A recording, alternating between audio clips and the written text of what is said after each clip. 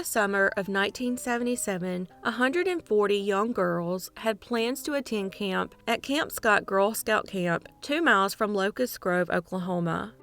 3 of those girls were 8-year-old Leroy Farmer, 9-year-old Michele Guse, and 10-year-old Denise Milner. Leading up to camp, Denise had gone from being excited to very apprehensive after she found out her friends had backed out. She had saved money from selling Girl Scout cookies to pay for camp, but began worrying and thinking about changing her mind. Her younger 5-year-old sister also began having negative thoughts about something bad happening the next day. On the bus heading for the camp, Denise cried about having to leave both her mother and sister. Her mother had convinced her to go with the agreement that if she called and wanted her to come get her, that she would. A 15-year-old girl sat with her and calmed her down and promised to let her call home later if she wanted to. 9-year-old Michele Guse had attended the year before and was excited to do it again. She was a shy girl whose favorite color was purple, and she loved African violets. She even grew them and had asked her mom to take care of them while she was gone. 8-year-old Leroy Farmer was the youngest camper at the camp, but was the oldest of 5 children in her family and was just a few days shy of turning 9 years old. She had trouble deciding between the YMCA camp or the Girl Scouts camp and had asked her mom to help her choose. Her mom chose the Girl Scout camps, and this decision would later haunt her.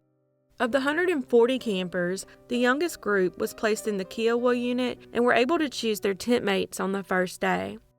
Denise, Leroy, Michele, and a 4th girl was supposed to be in the tent together, but due to an error, the 4th girl was placed in the wrong tent, and once the counselors realized the mistake, they decided to wait and have her moved the next day because as everyone was leaving dinner, it began to storm. This error ultimately saved her life. Of the 8 tents in this particular area, only 1 tent held camp counselors. Instead of the counselors staying in a tent in the middle, they were in a tent farthest away from the last tent that held the youngest of all the children, Michele, Leroy, and Denise. In fact, the counselors only had about 2 tents in their view. The tents were made to look like cabins, but were wooden platforms with 4 cots, no lights, and a large flap serving as the door. There were no outside lights, and the first night was a dark and stormy night. No one knew that a monster was lurking in the woods with horrible premeditated intentions, carrying a pre-made, hand-sewn gag and other sinister items. The counselors were mostly between the ages of 18 to 20. The 3 girls, Michele, Leroy, and Denise, had first met earlier in the day and huddled in their tent alone while the thunderstorm pursued. Their tent, tent number 8, was located at the outermost edge of the wooded camp and was somewhat isolated from the other tents. The girls were told that since it was storming, just to write letters home to their families. Denise completed a letter to her mother that read that she didn't want to stay at camp and wanted to come home. Michele wrote a letter to her aunt about the storm that night and gave the names of her tent mates, Leroy and Denise, and their ages. Leroy wrote a letter to her mom, dad, and 4 siblings. Leading up to camp in the previous months, there were signs that someone in the area was up to no good. Things came up missing, a strange man was reported being seen in the woods, and a tent flap had been slashed. Also, a counselor at Camp Scott discovered that her cabin had been ransacked and her donuts had been stolen. Inside the empty donut box was a handwritten note stating in capital letters, "We are on a mission to kill 3 girls in Tent 1. Someone had also created an effigy of a man, which they hanged from a tree by its neck. While both the effigy and the note were strange and upsetting, the letter also mentioned Martians. The counselor brought the note to the camp director, who then threw the note away and dismissed the entire series of events as a tasteless prank. Around midnight, Counselor Carla Willite heard some campers giggling outside near the bathrooms. She got the girls and then escorted them back into their beds. Again at 1:30 a.m., Carla was awakened by girls giggling in Tent 6. From the door of her tent, she shone a flashlight toward their tent and hollered for them to go to sleep. When this didn't work, she and fellow counselor Dee Elder walked over to Tent 6 to get the girls to quiet down. From the darkness behind Tents 1 and 2, Carla heard a low, guttural sound or a moaning coming from the woods. Though they assumed it was an animal, when Carla went to investigate and shone her flashlight in the direction of the noise, the sound stopped but returned after she went back to her tent. The next morning, June 13, 1977, at around 6 a.m., Carla was on her way to the shower when she noticed a sleeping bag lying on the ground not far from Cookie Trail, the main road into the Girl Scout camp. She then realized a girl was underneath and appeared to be deceased. It was soon discovered that all 3 girls in tent number 8 had been murdered. One detective recalled unzipping one sleeping bag and becoming very emotional when the girl appeared to just be sleeping. The other campers weren't told what was going on and were put on charter buses and driven to the Girl Scout headquarters in Tulsa and didn't know why camp, which was supposed to last 2 weeks, was suddenly ended after only 1 day. The parents, on the other hand, were informed but weren't given the names of the victims, so they had to wait to see if it had been their child or not. Authorities had gone to the home of Michele and told her parents that there had been an accident, but did not tell them their daughter was dead, and instead they found out from the television. Lori's parents received a call from the head of the Girl Scout organization and was told there had been an accident and Lori was dead, but did not tell them how she died. But first, she called her attorney and insurance company before calling the parents to tell them their daughter was found dead along with 2 other girls, but did not give any other details. The parents would ultimately find out about their children's deaths from the news on TV. After the slayings, several campers and counselors reported they had heard disturbing noises the previous night. One counselor investigated the noises and even saw a dim light in the woods, but she brushed it off and went back to sleep. Approximately 30 minutes later, a camper in tent number 7 was awoken when a man with a flashlight opened the flap to the tent. At around 3 a.m., one Girl Scout heard a scream from the section of camp where tent number 8 was located. Around the same time, another camper heard a scream, followed by someone crying, "Mama, Mama." Unsure of what to do, and thinking it was just loud being the first night and everyone being excited, the girls went back to sleep. It was initially announced that the girls had not been sexually assaulted, but this was found to be incorrect once bodily fluids were discovered. It's believed that Lori and Michele may have been killed instantly from blunt force trauma inside the tent before being carried past the counselor's tent. But Denise had been taped and tied and possibly blindfolded and led past the counselor's tent and into the woods, which is where she was ultimately found. Their deaths were described as overkill, and many speculated that more than one person was involved. The killer or killers were very brazen by stealing items from tents and opening at least one flap to a tent before ultimately choosing the tent farthest from the counselors. A flashlight with newspapers stuffed inside to muffle the sound of the large batteries was left at the scene of the crime, and the light had been covered with tape to make it dimmer. Near the perimeter of the camp, close to a fence line, authorities found a crowbar and beer bottles. Also found was a bloody footprint, bodily fluids, nylon rope, and a roll of duct tape. The roll of duct tape and nylon rope had been stolen from the shed of a local farmer. The farmer was given a lie detector test and passed, but the Tulsa newspaper ran a large multi-page article labeling him as a slayer with his picture underneath. The harassment and threats became so bad he had to be hospitalized. 200 members of law enforcement and 400 volunteers had surrounded a 4-mile area near Camp Scott, and on the 11th day after the murders, many of the volunteers were arrested for public intoxication and marijuana possession. Also after the murders, law enforcement immediately suspected Gene Leroy Hart, and he was reportedly spotted near Camp Scott. Although many suspects were questioned, Hart remained the primary suspect. He had also been raised only about a mile from the camp.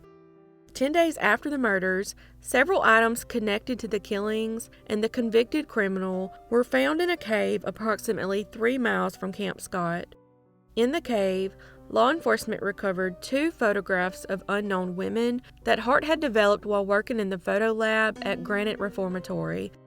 Also found was the rest of the newspaper that had been stuffed inside the flashlight that was left at the scene, lace panties, and eyeglasses that were stolen from the counselors' tents. On the cave wall was written, "The killer was here, bye-bye fools." Hart had strangely also taken the glasses of one of the pregnant women that he attacked years earlier. Hart believed he could shapeshift because of the power given to him by a medicine man that helped him avoid law enforcement and search dogs when they tracked his scent. This may sound strange, but weeks after the murders, a pair of tennis shoes with Denise's name written on them were placed on the front steps of the building used as a command post at Camp Scott.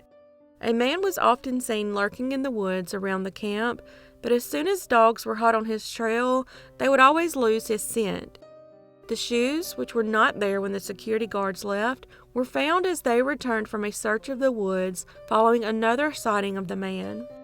On top of the sightings, thin strands of thread tied by investigators between trees near the murder scene were found broken, and footprints were found in sand spread across several of the trails. They even had 3 search dogs, known as the Wonder Dogs, brought in from out of state to try and help with the tracking.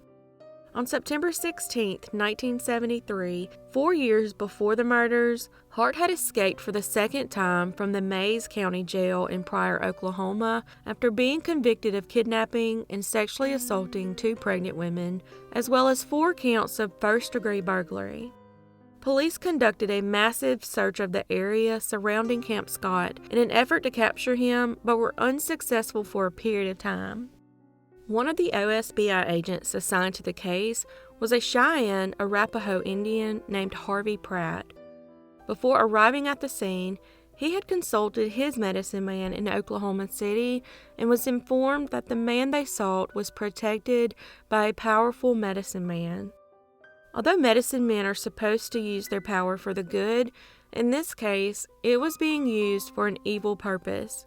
He further warned Pratt that the medicine man had placed a curse on the so-called Wonder Dogs that had been brought in to track down the suspect. The detectives laughed when told this, but Harvey Pratt didn't.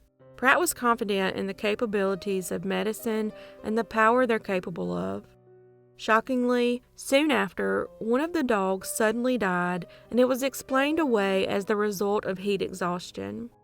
Then another dog ran out in front of traffic and was struck and killed. He was valued between $10,000 and $20,000. Pratt was told that Hart's medicine was so strong he could change himself into a bird or a cat, and that is why he has never been caught. One night, one of the surviving Wonder Dogs had picked up Hart's trail and ran off into the darkness out of sight. The dog returned minutes later after having been viciously attacked. On another day, the dogs hit on Hart's scent and took to a clearing in a meadow and quickly halted as if Hart had disappeared or even flown away. During one of the nights, the Pratt brothers were engaged in an ancient ceremony when suddenly, out of the darkness, Harvey was pounced upon by a cat.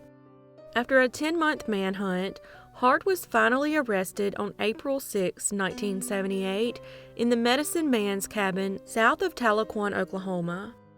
While Hart was on the ground, Pratt walked up to him and touched the bottom of his foot to reclaim his power. He was also wearing women's glasses, likely stolen from one of his victims or one of the camp counselors. Inside his shaving kit was a mirror belonging to one of the campers. During Hart's trial in Pryor in March 1979, there were at least 4 medicine men in the courtroom trying to influence the result of the trial to find Hart innocent. Members of the court arrived in the morning to the aroma of smoke used by the medicine men to purify the room. One night during the trial, the sheriff and a medicine man known as Crying Wolf participated in the ancient ceremony, using the sacred tobacco to determine the ultimate truth on the grounds of the courthouse just outside of the building. Crying Wolf knew that the result was not up to him, but that whoever was not telling the truth would die. He prophesied that if Hart were guilty and he were to be acquitted, that God would have final justice by taking Hart's life. During the trial, the prosecutor stated that the tape used to bind Denise's hands contained a hair which was similar to Hart. Dr. John McLeod, an expert on male fertility, testified that Hart's sperm matched the sperm found in the victims. The pictures of the women found in the cave linked him to the tape and the newspaper found in the flashlight left at the crime scene. Also, the mirror found in his belongings was identified as belonging to a camper. However, the jury acquitted him of the girls' murders. One reason that many believed that Hart was likely innocent was because sperm was found at the scene of the crime and Hart had had a vasectomy. Also, the sheriff had been accused of railroading Hart and planting evidence, including the photographs of the women found in the cave. According to the mothers of the victims, one of the reasons Hart was acquitted was because he was a former high school football star in Cherokee. After Hart was acquitted, people cheered and rejoiced, especially some members of the Native American community who had helped him evade law enforcement for 4 years because they believed he was innocent. Despite being acquitted of the brutal murders of the 3 innocent children, Hart still had 305 years of his 308-year sentence left to serve in the Oklahoma State Penitentiary for his previous crimes of abducting and sexually assaulting 2 women. He returned to prison, and in 1979, 2 years after the murders, and just a couple months following the acquittal, he died of a heart attack at the age of 35 at the prison after exercising. During his autopsy, it was discovered that his vasectomy had been a failure and he would have been capable of leaving sperm at a crime scene. In 1989, DNA testing showed 3 of the 5 pieces of evidence matched Hart's DNA. In 2008, authorities conducted new DNA testing on stains found on a pillowcase, the results of which proved inconclusive because the samples were too deteriorated to obtain a DNA profile. In 2017, donations raised by the sheriff covered the cost of new DNA tests using the latest advances in testing. In 2022, authorities made public that DNA evidence strongly suggested Hart's involvement. The results of the DNA test have been known since 2019, but did not go public with the findings until asked to do so by the victims' families. After their deaths, the girls' parents felt a lot of guilt and blamed themselves for sending them to the camp. The months following the murders and the ensuing trial were agonizing for their families. Lori's mother, Sherry, said she would wake up in the morning and pray for the strength to make her bed and care for her children for an hour and then another hour. She admitted that she suffered panic attacks so severe she became unable to drive with her children in the car. Eventually, she and her husband, Bo, founded the first Oklahoma chapter of Parents of Murdered Children, which they led for 15 years.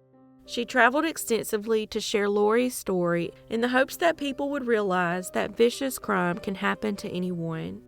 She earned state and national accolades with her campaign for the families of murder victims, testifying at the state capitol, and speaking to law enforcement academies to help raise awareness of the family's needs. Michele Guse's father, Richard Guse, helped establish the Victims' Bill of Rights in Oklahoma, as well as the Oklahoma Victims' Compensation Board. Sadly, Michele's mother, Georgianne, passed away in 2021, and her father, Richard, passed away in 2018, and Denise's father passed away in 1997.